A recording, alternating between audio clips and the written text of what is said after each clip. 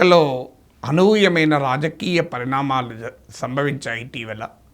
అధ్యక్షుడిగా అనురగ్ కుమార్ దిశనాయకే ఎన్నికయ్యాడు. సో అనురగ్ కుమార్ దిశనాయకే అధ్యక్షుడిగా ఎన్నిక కావడం ఒక రకంగా సర్ప్రైజ్. ఎందుకంటే 2019లోనే అనురగ్ కుమార్ దిశనాయక ఏకేడి అంటగా పిలుస్తారు. ఈ ఏకేడి ఆయన 2019లోనే నేషనల్ పీపుల్స్ పవర్ అనే ఒక సంకీర్ణాన్ని ఏర్పాటు చేశాడు. జనతా విముక్తి పెరమన పీపుల్స్ లిబరేషన్ ఫ్రంట్ ఆయన నాయకత్వం వహిస్తున్న పార్టీ. ఈ పార్టీ నేషనల్ పీపుల్స్ పవర్గా 2019లో ఏర్పడి ఆ తర్వాత 2019 ప్రెసిడెన్షియల్ ఎలక్షన్లోను, తర్వాత 2020 పార్లమెంట్ ఎలక్షన్లో కూడా పోటీ చేశారు. అధ్యక్ష ఎన్నికల్లోనే అనురగ్ కుమార్ దిశనాయకే పోటీ చేశాడు. కేవలం 3.2% ఓటింగ్ వచ్చింది, లిటిల్ ఓవర్ 3%. 2020లో పార్లమెంట్ ఎన్నికలు జరిగితే జనతా విముక్తి పెరమనకు 3 సీట్లు వచ్చాయి. కానీ 2024కి వచ్చే వరకు 5 ఏళ్ల పీరియడ్లో అనురగ్ కుమార్ దిశనాయకే 42% ఓటింగ్తో దేశాధ్యక్షుడిగా ఎన్నికైపోయాడు. ఇండివిజువల్గానే 42% ఓటింగ్ తెచ్చుకోగలిగాడు. సో ఈ పరిణామం ఎలా సంభవించింది? అసలు శ్రీలంక రాజకీయాల్లో ఒక చిన్న పార్టీగా ఉన్నటువంటి పార్టీ ఇది. వాస్తవంగా థర్డ్ ఫోర్స్గా శ్రీలంక రాజకీయాలని Sri Lanka freedom party, united national party అని 2 పార్టీలు డామినేట్ చేస్తాయి. ఆ 2 పార్టీల డామినేషన్లో ఆ 2 పార్టీలతో రకరకాల పొత్తులు పెట్టుకొని థర్డ్ ఫోర్స్గా ఎమర్జ్ అవుదామని ప్రయత్నం చేసినా జేవీపీ థర్డ్ ఫోర్స్గా ఎమర్జ్ కాలేకపోయింది. అలాంటిది ఒక్కసారిగా 5 ఏళ్ల పీరియడ్లో 3% ఓటు నుంచి 42% ఓటింగ్కు జనతా విముక్తి పెరమన పెరిగింది. అందులో ఈ జేవీపీకి ఇంకో ప్రత్యేకత కూడా ఉంది. ఈ పార్టీ లెఫ్ట్ రాడికల్ వ్యూస్ కలిగిన పార్టీ, మార్క్సిస్ట్ భావాలకు కలిగిన పార్టీ. మీరు దిశనాయకే ఆఫీసు ముందు మార్క్స్, ఎంగెల్స్, లెనిన్, ఫిడెల్ కాస్ట్రోల బొమ్మలుంటాయి. ఎర్ర జెండా, సుత్తి కొడవలి ఉంటుంది. సో అలా వామపక్ష భావాలు, మార్క్సిస్ట్ భావాలు కలిగిన జేవీపీ అనురగ్ కుమార్ దిశనాయకే ఎలక్ట్ అయ్యాడు. సో ఈయన ఒక సాధారణ పేద కూలీ కుటుంబంలో పుట్టాడు. ఇప్పటిదాకా శ్రీలంకన్ పొలిటికల్ ఎలీట్ 1948లో స్వాతంత్రం వచ్చినప్పటి నుంచి పొలిటికల్ ఎలీట్ ఉన్నత వర్గాలకు చెందిన వారు మాత్రమే పాలిస్తూ వచ్చారు. దీనికి భిన్నంగా ఒక కంప్లీట్ ట్రాన్స్ఫర్మేషన్, ఒక సోషల్ ఎలీట్ నుంచి ఒక సాధారణ నేపథ్యం కలిగిన వారికి నాయకత్వం మారిపోయింది. ఇది ఒక పెద్ద ట్రాన్స్ఫర్మేషన్. పొలిటికల్ ఎలీట్ కంప్లీట్గా ఐసోలేట్ అయ్యారు. ఇప్పుడు ఈ ఎన్నికల్లో Sri Lanka freedom party, united national party address లేకుండా కొట్టుకుపోయాయి. సో ఈ పరిణామాలు, అందులో కూడా ఈ జనతా విముక్తి పెరమన చరిత్ర చూస్తే 1960sలో ఈ పార్టీ పుట్టింది. సాయుధ తిరుగుబాటు ద్వారా శ్రీలంకలో రెవల్యూషనరీ సోషలిజం, విప్లవాత్మక సోషలిజం తీసుకురావాలి అనే లక్ష్యంతో మార్క్స్, ఎంగెల్స్, లెనిన్, మావోల ఆలోచనలు పుణికిపుచ్చుకొని 1960sలో పుట్టిన పార్టీ. 1971లో ఒకసారి సాయుధ తిరుగుబాటుకు పిలిపించారు. 1987-89లో కూడా అప్పుడు కూడా మరోసారి సాయుధ తిరుగుబాటుకు పిలిపించారు. ఇండియా శ్రీలంక అకార్డ్ వచ్చిన నేపథ్యంలో, ఎల్టీటీఈతో శ్రీలంక రాజ్య వ్యవస్థ పోరాడుతున్న సమయంలో ఈ 2 సాయుధ తిరుగుబాటులో కూడా కొన్ని వేల సంఖ్యలో జేవీపీ కార్యకర్తలు మరణించారు. ఈ సెకండ్ టైం సాయుధ తిరుగుబాటు సమయంలో విద్యార్థి నాయకుడిగా ఉన్న అనురగ్ కుమార్ దిశనాయకే తర్వాత జనతా విముక్తి పెరమనకు నాయకుడై ఇప్పుడు దేశాధ్యక్షుడు కాగలిగాడు. ఈ పరిణామాలు ఎలా సంభవించాయి అంటే దీనికి దోహదం చేసింది 2013తో మొదలైన ప్రపంచంలో వరల్డ్ కమాడిటీ ప్రైసెస్ పడిపోవడము. శ్రీలంక ప్రధానంగా టీ, రబ్బర్ ఎక్స్పోర్ట్స్పై ఆధారపడ్డ దేశం. ఫారిన్ టూరిస్టులపైన ఆధారపడ్డ దేశం.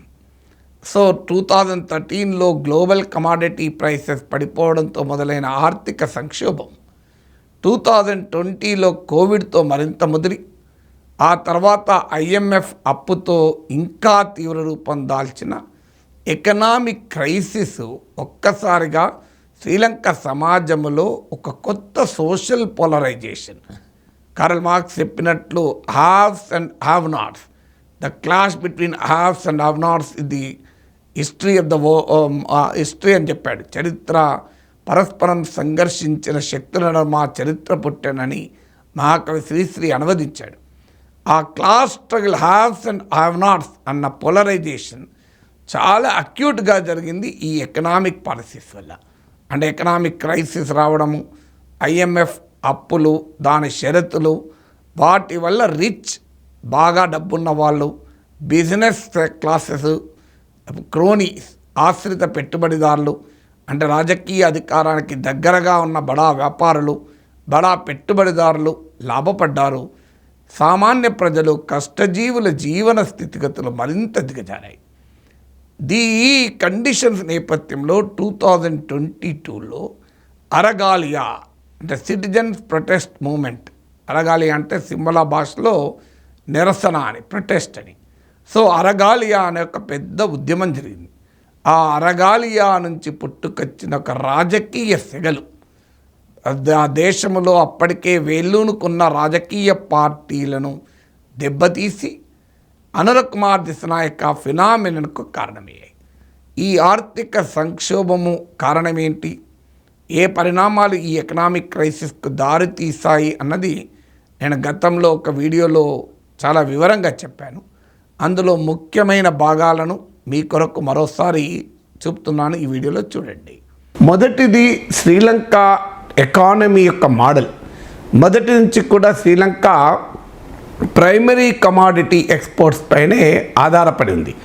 అంటే ప్రాథమిక వస్తువులు. ఎప్పుడు కూడా ఒక ఎకానమీ బాగుపడాలంటే ప్రైమరీ కమాడిటీస్ ఎక్స్పోర్ట్ చేయడం పైన ఆధారపడకూడదు. వాటిని ఫినిష్డ్ గూడ్స్గా మార్చి ఫినిష్డ్ గూడ్స్ని ఎక్స్పోర్ట్ చేయాలి. ఇప్పుడు మీకు కొలోనియల్ ఎరాలో, వలసవాద కాలంలో భారతదేశం లాంటి దేశాలు ఎందుకు నష్టపోయాయంటే కారణం ఈ ఆర్థిక నమూనా వల్ల. మన దేశం నుంచి ముడి పదార్థాలు బ్రిటన్కి తీసుకెళ్ళి అక్కడ పరిశ్రమలు డెవలప్ చేసి అక్కడ ఫినిష్డ్ గూడ్స్ని ఇండియాకు పంపించారు. దానివల్ల ఒక కొలోనియల్ డ్రెయిన్ ఆఫ్ రిసోర్సెస్ అంటారు. అంటే ఈ వలసవాద ఆర్థిక దోపిడీ వల్ల భారతదేశం బ్రిటిష్ కాలంలో పతనమైంది. సో ఇప్పటికీ కూడా శ్రీలంక ఇదే రకమైన ఆర్థిక నమూనా అనుసరిస్తోంది. సో దాని ప్రధానంగా ప్రైమరీ కమాడిటీస్, టీ, రబ్బర్ లాంటి వాటిని ఎక్స్పోర్ట్ చేయడము, దాంతోపాటు టూరిజం పైన ఆధారపడ్డ కంట్రీ. అలాగే టూరిజం అతో పాటు ప్రవాస శ్రీలంకన్స్, అంటే శ్రీలంకలో చెందిన వారు బయట దేశాల్లో పనిచేస్తుంటే వాళ్ళు పంపే విదేశీ మారక ద్రవ్యం పైనే ప్రధానంగా శ్రీలంక ఆధారపడి ఉంటుంది. సో ఇలా సంపాదించిన విదేశీ మారక ద్రవ్యాన్ని చివరకు నిత్యావసరాలను కూడా దిగుమతి చేసుకునే స్థితిలో శ్రీలంక ఉంది. ఆశ్చర్యం ఏంటంటే ఈవెన్ ఆహార ఉత్పత్తుల్ని కూడా దిగుమతి చేసుకుంటుంది, ఆహారాన్ని కూడా దిగుమతి చేసుకునే స్థితిలో శ్రీలంక ఉంది. సో ఈ ఎకానమిక్ మోడల్ అనేది శ్రీలంక ఆర్థిక సంక్షోభానికి మూలం.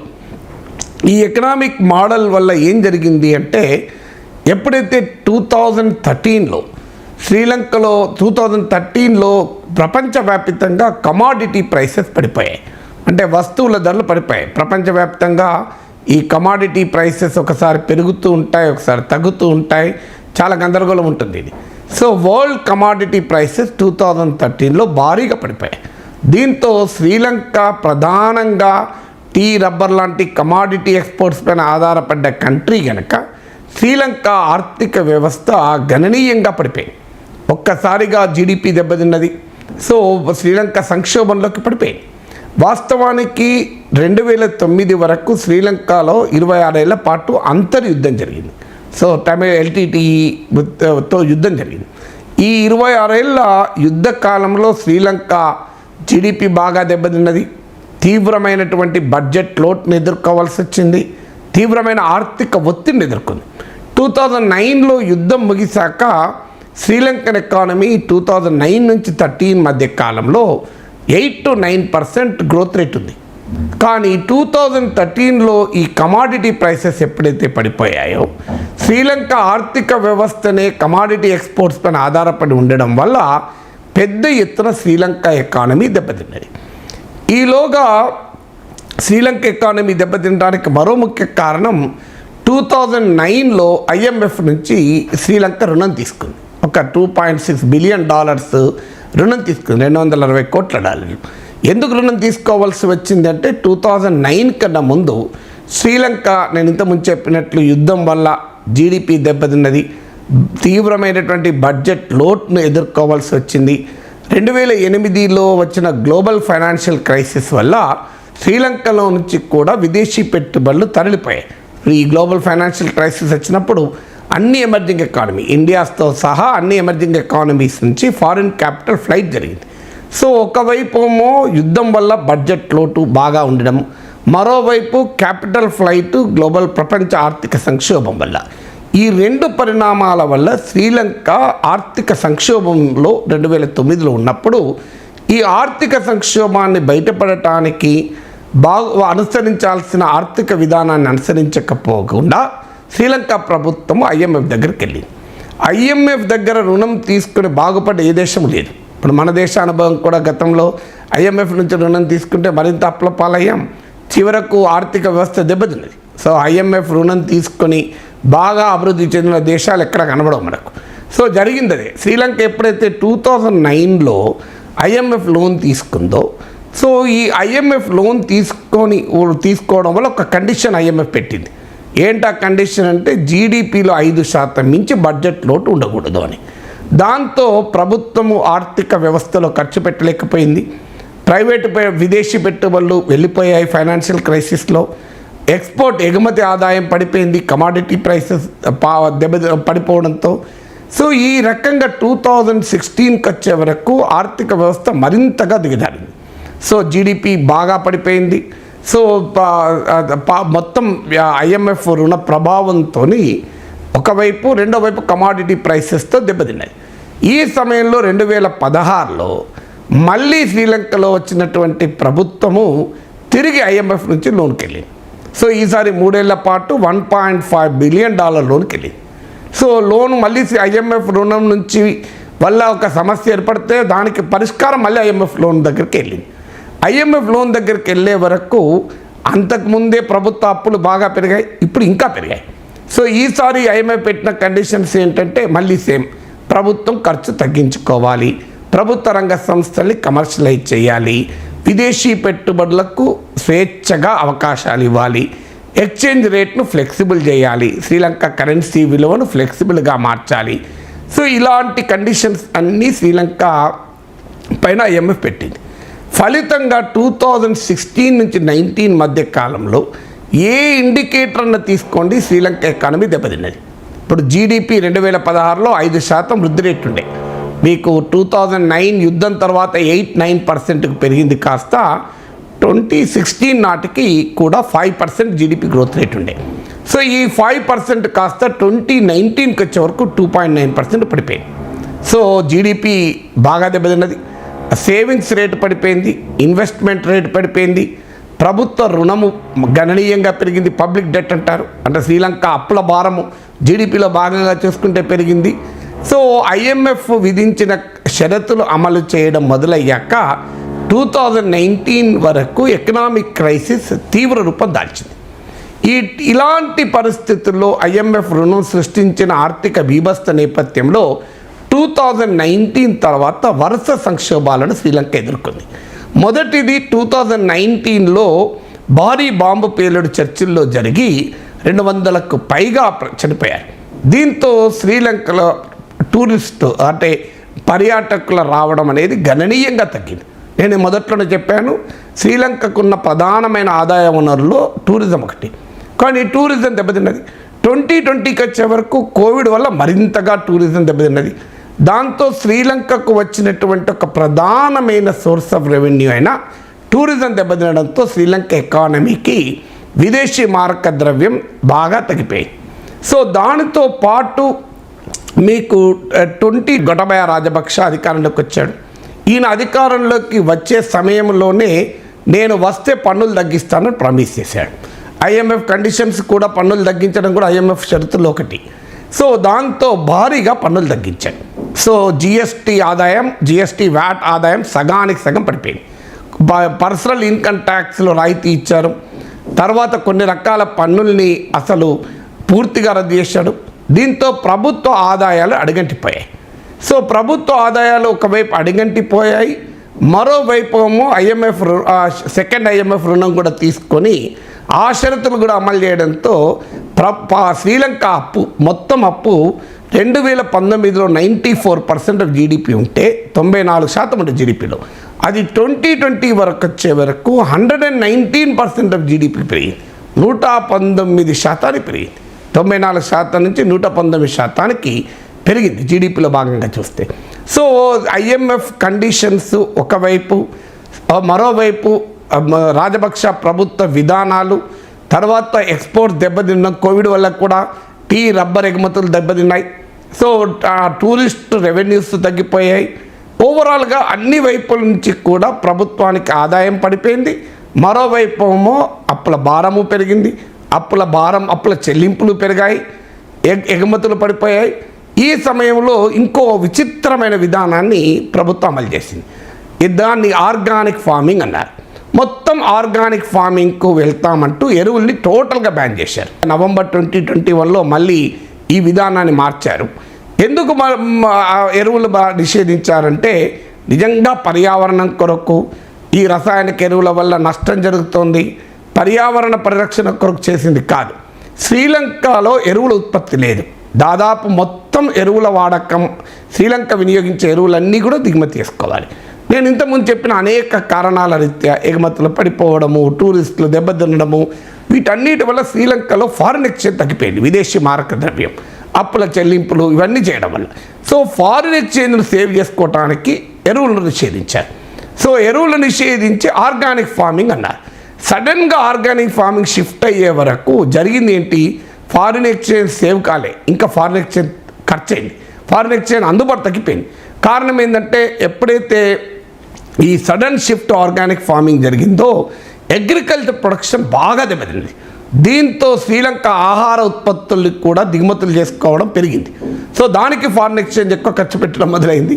తర్వాత రబ్బరు, టీ ఉత్పత్తి గణనీయంగా పడిపోయింది. కొన్ని చోట్లయితే కొన్ని రకాల ఉత్పత్తులు అయితే సగానికి సగం పడిపోయింది ఈ ఆర్గానిక్ ఫార్మింగ్ సడన్గా షిఫ్ట్ కావడం వల్ల. సో దానితో ఎక్స్పోర్ట్ రెవెన్యూస్ పడిపోయాయి. సో ఈ ఒక్కవైపు ఐఎంఎఫ్ రుణము, మరోవైపు కరోనా, ఇంకోవైపు ప్రభుత్వ పన్నుల విధానము, దీంతో పాటు ఇప్పుడు ఈ సడన్గా ఆర్గానిక్ ఫార్మింగ్ అని షిఫ్ట్ కావడం వల్ల వ్యవసాయ ఉత్పత్తి దెబ్బతినడంతో టీ, రబ్బర్ నుంచి వచ్చే ఎగుమతులు మళ్ళీ పడిపోయాయి. సో ఈ పరిణామాలన్నీ కలిసి శ్రీలంకలో తీవ్రమైన ఆర్థిక సంక్షోభానికి కారణమయ్యాయి. సో ఒకటేమో శ్రీలంక ఎకానమీలో ఉన్న వ్యవస్థాగత లోపం, ప్రైమరీ కమాడిటీ ఎక్స్పోర్టర్గా మాత్రమే ఉండడం. 2 ఐఎంఎఫ్ రుణాలు, అవి తెచ్చిన షరతుల బీభత్సము. 3 ప్రభుత్వ అనాలోచిత విధానాలు. ఈ 3 వెరసి కరోనాతో కలిసి శ్రీలంకలో ఇలా తీవ్రమైన ఆర్థిక సంక్షోభానికి కారణమయ్యాయి. సో నేను ఇప్పటిదాకా మీరు చూసిన వీడియోలో శ్రీలంకన్ ఎకనామిక్ క్రైసిస్కు కారణాలు ఏంటి చెప్పాను. సో శ్రీలంక అనుసరించినటువంటి ఆర్థిక విధానాలు, వీటికి వ్యతిరేకంగా ప్రజల తిరుగుబాటు, ఆ తిరుగుబాటు నుంచి పుట్టినటువంటి రాజకీయ చైతన్యం సాంప్రదాయ పాలక పార్టీల్ని, పాలక వర్గాల్ని పాతరేసి ఒక కొత్త రాజకీయ చైతన్యానికి కారణమయ్యాయి. దీంతో పాటు ఈ ఎకనామిక్ పాలసీసే కాదు, చాలా అవినీతిలో కూరుకుపోయినటువంటి ఈ ప్రభుత్వాలు, సాంప్రదాయ ఎలీట్స్, శ్రీలంక పాలక వర్గాలు ఒక రకంగా అవినీతిలో కూరుకుపోయాయి. సో దీని వ్యతిరేక పట్ల కూడా సామాన్యుల్లో తీవ్రమైన వ్యతిరేకత వచ్చింది. మామూలు నిరసనకాలు 2022లో అరగాలి. ఆ నిరసనల్లో ప్రెసిడెన్షియల్ ప్యాలెస్నే ప్రజలు చుట్టుముడితే ఆఖరికి ప్రెసిడెంట్ దేశం విడిచి పారిపోవాల్సి వచ్చింది. మీరు బంగ్లాదేశ్లో చూసాం మనం, బంగ్లా ప్రైమ్ మినిస్టర్ కార్యాలయాన్ని, రెసిడెన్స్ను ఏ క్షణమైనా ముట్టడించే పరిస్థితి వచ్చినప్పుడు ఆర్మీ బంగ్లాదేశ్ ప్రధానమంత్రి షేక్ హసీనాను హెలికాప్టర్లో దేశం విడిచిపోయి భారతదేశం పంపించింది. కానీ ఆ పోరాటంలో అది ప్రధానంగా రాజకీయపరమైన పోరాటం. షేక్ హసీనా నిర్బంధానికి వ్యతిరేకంగా జరిగిన పోరాటం. దానికి కూడా ఎకనామిక్ కంటెంట్ ఉంది. బంగ్లాదేశ్లో వచ్చిన ఆర్థిక సంక్షోభము, ముఖ్యంగా నిరుద్యోగ సమస్య ముఖ్యమైన కారణం. కానీ ఆ మూమెంట్ను కాస్త మతవాదులు, రాజకీయ మత ఛాందసవాదులు ఒక రకంగా హైజాక్ చేశారు. అందువల్ల ఇవాళ అక్కడ బంగ్లాదేశ్లో ఏర్పడిన ప్రభుత్వ స్వభావం పైన అనేక ప్రశ్నలు ముందుకొస్తున్నాయి. జమాత్ ఇస్లామీ లాంటి పార్టీలు ప్రత్యక్షంగానే ఇందులో భాగస్వాములయ్యారు. బంగ్లాదేశ్లో బిఎన్పి, అది కూడా మత ఛాందసవాద పార్టీ. సో ఇస్లామిక్ రాడికల్స్ ఉన్నటువంటి పార్టీ. సో బంగ్లాదేశ్లో జరిగిన ప్రజా ఉద్యమం ప్రభుత్వ పునాదుల్ని పెక్కిలించి ఇస్లామిక్ రాడికల్స్కు బలాన్ని పెంచితే, శ్రీలంకలో ఉద్యమం లెఫ్ట్ రాడికల్స్ బలాన్ని పెంచింది. సో ఈ రాజకీయ పరిణామాలు 3% ఓటింగ్ ఉన్న పార్టీకి, నాయకునికి 42% ఓటింగ్కు తీసుకొచ్చి దేశాధ్యక్షునిగా చేయగలిగాయి. ఇంత వేగంగా పరిణామాలు జరుగుతాయనటానికి ఇదొక ఉదాహరణ. అంటే social, political and economic crisis ఏ రకమైన రాజకీయ మార్పులకు ఆవిష్కరిస్తుంది అన్నదానికి ఇదొక ఉదాహరణ. అయితే ఇక్కడ ఇంకో డైమెన్షన్ కూడా ఉంది.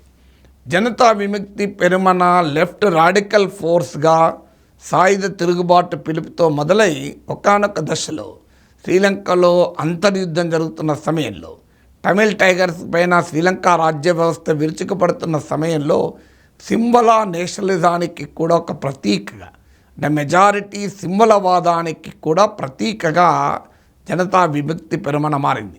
తర్వాత మళ్ళీ అనేక మార్పులకు లోనైంది. ఇప్పుడు పూర్తిగా సాయుధ తిరుగుబాటును వదిలేసింది.